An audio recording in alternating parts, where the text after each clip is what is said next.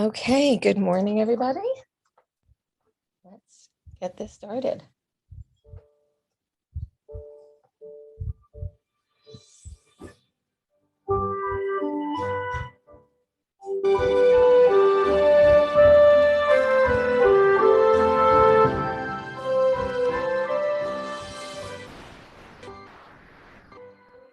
Good morning, everybody. It's Lisa Salberg, and it's a Friday morning at about 11 a.m. Eastern Time. It is January 21st, 2022. We're live right now. If you're watching live, we will be taking questions and answers at the end of the session. But if you're listening to us in podcast land or on YouTube later or some other date and time, leave us a message and Mike and I will get back to you. Today, I am joined by a really unique individual and somebody I've known for a really long time. And we're going to get to know a little bit more about Mike Papale. Mike, good morning and welcome to Tales from the Heart. Good morning, Lisa. Yeah, thank you so much. I'm excited to have this great conversation with you. So I think we need to get our listeners involved with who are these people and why are they talking to us? Mm-hmm. So I have been running the Hypertrophic Cardiomyopathy Association for coming up to 26 years, which seems absolutely impossible because I'm 28.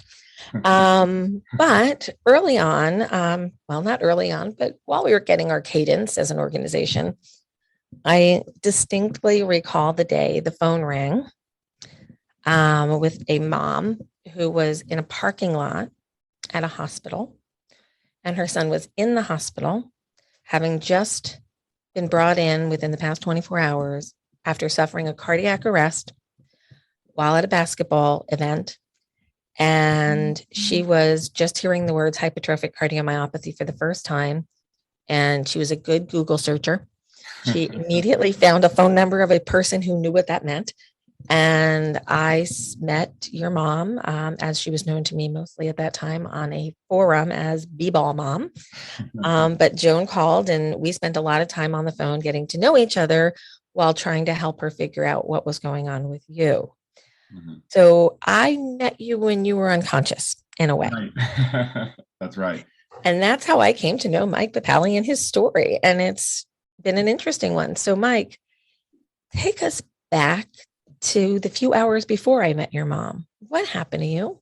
Yeah. So I'm thinking you probably met her on August 25th, 2006, because my cardiac arrest happened on August 24th. So it might have been that night, but my guess is it was the next morning. But so on August 24th, 2006, I woke up at like 6 a.m. and my brother and I decided we were going to go do a basketball workout because at the time we were actually counselors at my dad's basketball camp. So we went over to a local gym and did a basketball workout, and it was completely normal for like an hour and a half. And I was totally fine. Like I can still remember the workout, 15 years ago. And I remember it. I remember feeling fine. I remember it being like a pretty strenuous and intense and, typical workout where my heart was, all over the place, up, down, sprinting, stopping.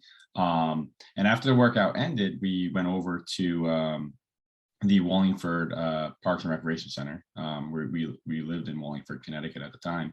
And I walked in at like 8 o'clock and we were counselors again at this camp.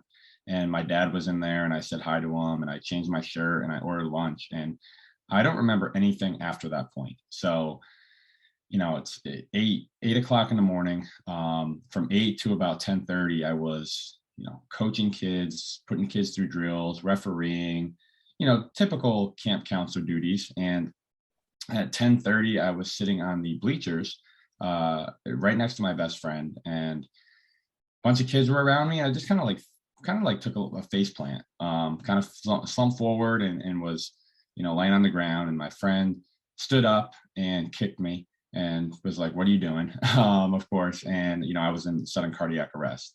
And as I'm sure a lot of listeners know that are passionate about heart disease and these things, the only way you can survive cardiac arrest is you need immediate CPR and a quick shock from an automated external defibrillator. So unfortunately, in my position, neither happened. I was agonal gasping, which is a very common symptom of cardiac arrest. But because of that some people did not jump in and do CPR. And the building I was in had no AED in it, which is What year still, is this? so this is 2006. So, I would say they're a little less prevalent than they are now, but, recreation center, youth, adult camps, still probably a place that should have had one. But anyway, somebody called 911 because, of course, I wasn't responding. And I got really lucky because in the building next door, there was a man sitting at his desk and he was working his 9 to 5 job, but he was a volunteer EMT. So when 911 was called, his pager went off. And, he says that he happened to have it on him that day. It wasn't like a everyday thing that he did, but he had it on him and he looked at it, recognized the address. And what was interesting about that was the 911 call that came through. And he's described it as an unknown medical. So he kind of started walking over thinking maybe a kid at the camp broke their arm or just got hurt. And he was like, I'm certified in first aid and stuff. I can go help. And as he's walking over, another, call comes through basically saying a 17-year-old's unconscious on the ground. And immediately he knew cardiac arrest. So he ran over and found me and gave me really good CPR until an ambulance arrived. And the EMTs were able to run in and use their defibrillator. And, they got a heartbeat back on site there and then put me in an ambulance where I suffered another cardiac arrest. And, the pads were still on, so they shocked it right back. And I ended up in the hospital. And I think that first night, my parents sat with a doctor, and the doctor, Dr. Heller, basically told them it could be a handful of different things. And one of those things was hypertrophic cardiomyopathy, which I think you described my mom perfectly as a Google research master. So she immediately was on Google and, of course, found the HCMA, and that's kind of what led her to reach out to you. And immediately your mom said, I want the best in my area. Where can I go? What do I do? Who do I call? Mm-hmm. And we gave her resources of some individuals that she might want to get involved. And so one of them ended up writing the foreword of your book. That's right. So I guess that referral worked out well for you. Yeah. And we're really happy about that. Yeah. So that's jumping ahead a little bit, but we're gonna take this in bite-sized pieces. Yeah. So you wake up after a cardiac arrest, going, the minute before you remember yourself being a healthy, normal, and I put my air quotes for those who aren't watching. Never been that normal, but it's a podcast, but I don't know what normal is, but you thought you had normal health. You thought you had no pre-existing conditions. You hadn't had any signs or symptoms up until this event. And you wake up to the news that you have hypertrophic cardiomyopathy. And the thing that you really like to do, basketball, is not going to be on the table anymore. Right. And you're 17 years old, full of vim and vigor, going out to take on the world like every 17-year-old. Yeah. And you're given not so great news. How'd that go over with you? Yeah, it was, it was definitely a mix of emotions, because I think, on the one hand, it was like, you're sitting in front of a doctor who, I guess, to take it back a little bit, our family was very ignorant and unaware that heart disease could affect young people, right? So when they first had that conversation with the doctor, I think my dad basically told the doctor she was wrong. We just had no clue. And I had the same surprise when I was told, right? You always kind of associate heart disease with the old person, or the person that's not fit, or the person that, whatever it is. I was in complete shock. But the feelings were completely mixed, because, you have a doctor sitting in front of you telling you this is what happened. You went into cardiac arrest, and then telling you statistics about cardiac arrest, and then basically saying, because no CPR, no AED, you probably shouldn't have made it, right? Because most people in my situation that don't have those two things immediately don't make it, unfortunately. And so that was like the one side of it. So of course I was feeling very lucky and blessed and just fortunate to be alive. And then the other hand, I wasn't a very well-rounded kid. I did well in school and I played basketball, and I thought basketball defined my life. I thought it was my purpose. I thought it was, I was very short-sighted, I guess, at the time. It was like, I'm going to play basketball in college, and then whatever comes after that comes after that. It wasn't even like a thought. It was like a future me problem. So yeah, I mean, there was extreme feelings of like anger and, just not understanding why this could have possibly happened to me. My purpose in life was like, felt like it was taken from me, and, sadness, some feelings of like depression and just like frustration. Like, what did I do to deserve this? Why did this happen to me? So it was definitely very mixed, but it was definitely, and it was also very hard news to get. So you find out you have a disease that you didn't know you had. Mhm. Then you find out that the therapy for your disease is to put a computer and wires in your chest. Yeah. How'd that go over at 17? Yeah. I mean, a lot of fear and like, my doctors were incredible. Nurses were incredible. And they're all trying to like ease our like uncertainty, ease our fears. But still, I mean, when the doctor's sitting there explaining to you like, hey, you're going to have this device put into your chest, it's gonna protect you. It's going to allow you to live your life. It was, but it could shock you potentially if it doesn't need to. If it does, it's going to hurt really bad. So it was really scary.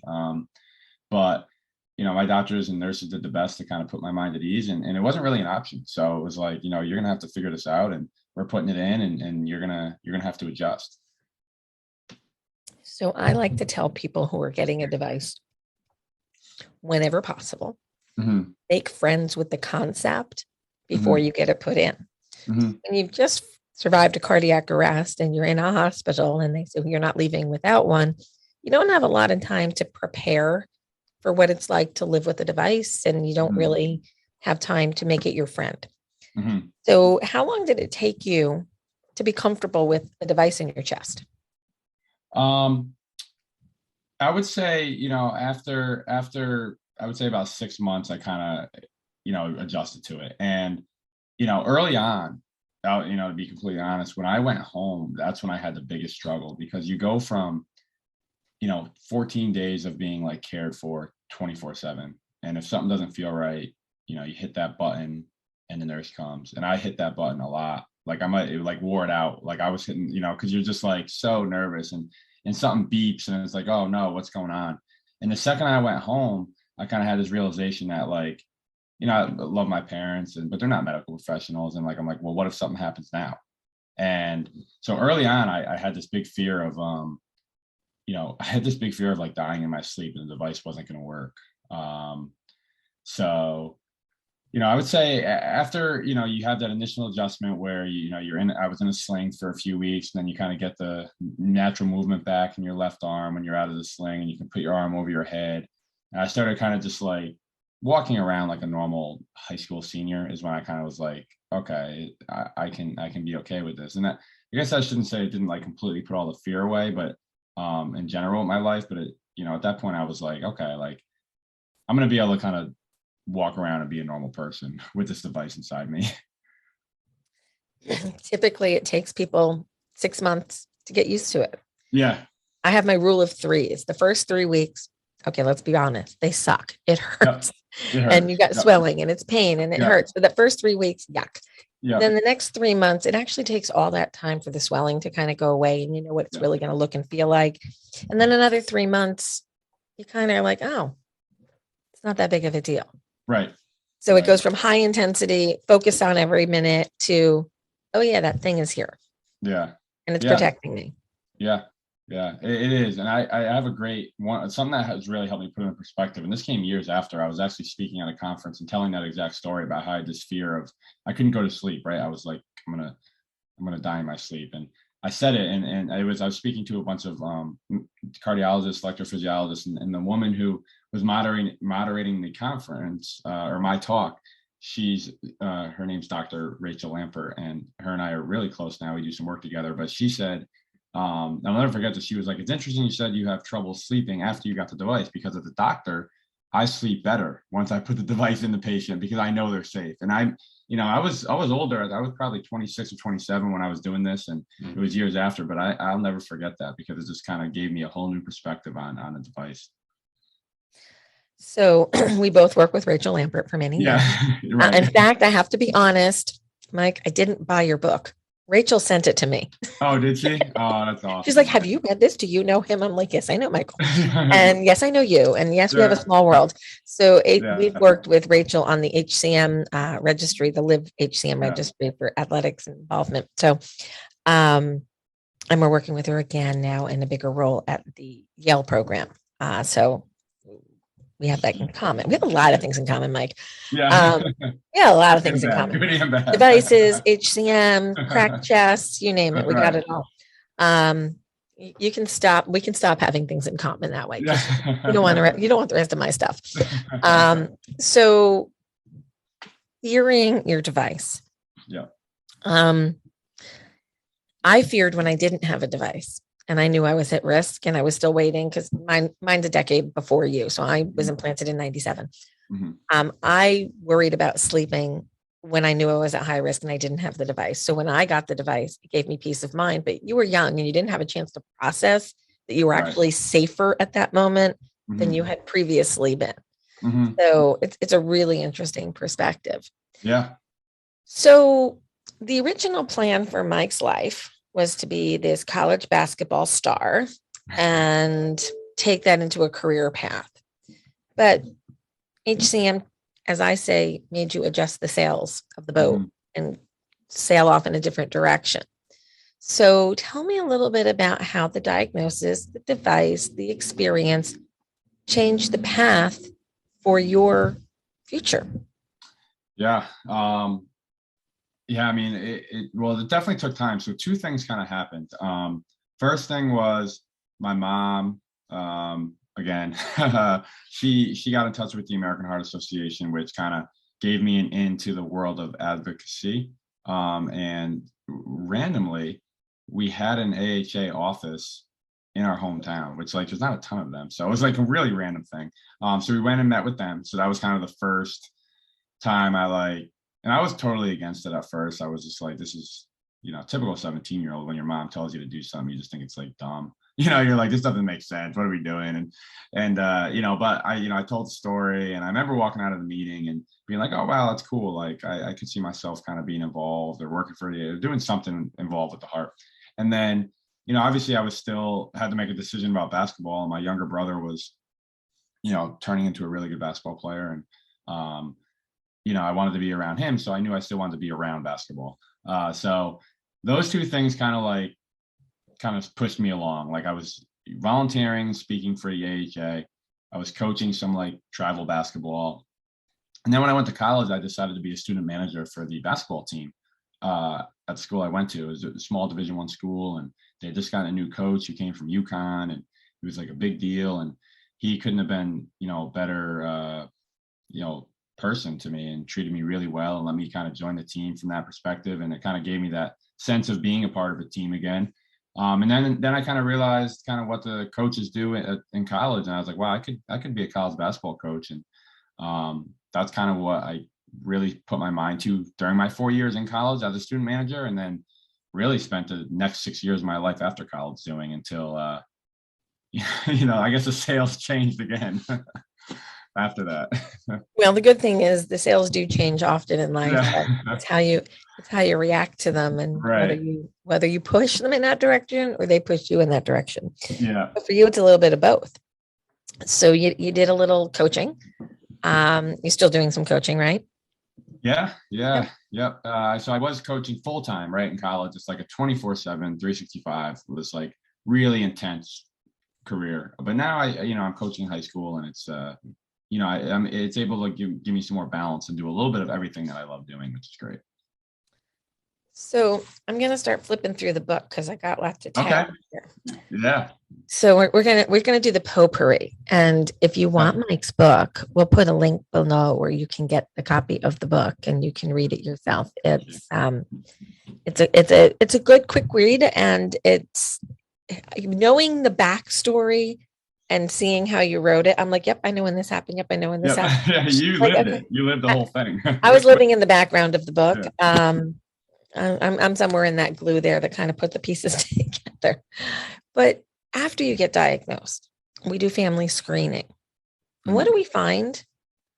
Well, so some good information and some like non-information, I guess. So my dad has a disease, and they found that right away, just on his echo, and it was an interesting. At the time, he was 45, so he played 2 sports in college, and it never affected him. And he just turned 60, and it still never affected him a day in his life.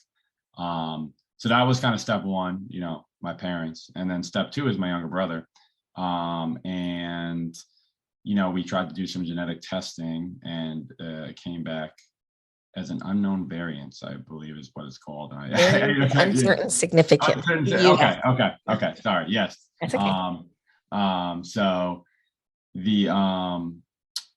So yeah, that was interesting as well, because he was 13 and he was playing basketball, and it kind of left him in like a gray area, which was hard for our family. And we knew we had to get him tested every year, but it kind of added some fear. It added 2 fears. So number one, for me, every year when he got tested, it was like the worst day of my life. It was just so nerve-wracking. And I've always felt that, although not that I would ever want someone to go through a cardiac arrest, the fact that I did go through cardiac arrest helped me put into perspective that I could no longer play basketball anymore. And I think it's much harder from a psychological, mental side for someone that is diagnosed off a test that's never been affected by the disease to get the news that your life has to change because you have the disease, but it's never affected you. Because it's hard for them to understand like the impact that it can have. So that was a really hard, like really nerve-wracking thing for me. And thankfully he didn't. He played basketball in college, and he gets tested every year, and he still doesn't show signs of it. He's still negative. He's still negative. And then the other fear was this, I just had this in the back of my mind of like, okay, he's getting tested. Say he's getting tested on whatever, February 1st of every year. Well, what happens between February 1st, 2007 and February 1st, 2008? Like, what if, I don't know, it developed, it didn't show on February 1st at the appointment, but it developed on April 1st and potentially, right? I guess so we just had all these like, things that, it was just scary kind of having him in the gray area. It's a frightening experience to go through screening of a family member. Mm-hmm. It's stressful. Mm-hmm. And we often talk about it from the parental point of view. Mm-hmm. But from the sibling point of view, you're already in the club you don't want to be in. Mm-hmm. And you don't want to see your kid brother or sister or niece, nephew, you name it, get a membership card too. Exactly. You hopefully want to protect them through some magical thinking that it's not going to be them. But it's so important to have these family screenings done. And the anxiety, unfortunately, we have to just live through it. That's why we set up our discussion groups and some other support mechanisms so people can, oh my God, it's that time of year again, I'm freaking out. Or it's been 6 months and I'm worried. And should I go back and get checked? So these are all really complicated issues. And as of today, you're the only one who's had any negative consequence in your family from HCM. Is that correct? Correct. Yeah. So my dad lives with it. But I'm the only one that's had any sort of any symptom really. Yeah, and you picked a good one. The main one. They would pick a Mac Daddy. Okay. So you had the opportunity to see Marty Maron within the first 6 months of your diagnosis. I love in the book how you explain Noreen coming in and saying, Marty, you'll be right in. You're like, the hell's Marty? It's like Dr. Marty. Yeah. And the, hey, dude, how you doing? That's Marty's approach to a 17-year-old. Yeah. I like to tease him that he's kind of a big 17-year-old too. So. Smart one. He's a smart 17-year-old, but inside, I know I can still see that 17-year-old kid inside of there, right? So you meet Marty, Noreen, the team at Tufts. At that time, Mark Link was up there. He became one of your electrophysiologists who you get to know real well in a couple more years of this story. Yeah. And what I want to kind of highlight here is the difference. So you were seen in a good hospital where they gave you great emergency care. They diagnosed you quickly. They gave you the proper therapy. But then you went to an HCMA recognized center of excellence, and there was a difference in the level of care and knowledge. Can you speak to that a little bit about what the differences are?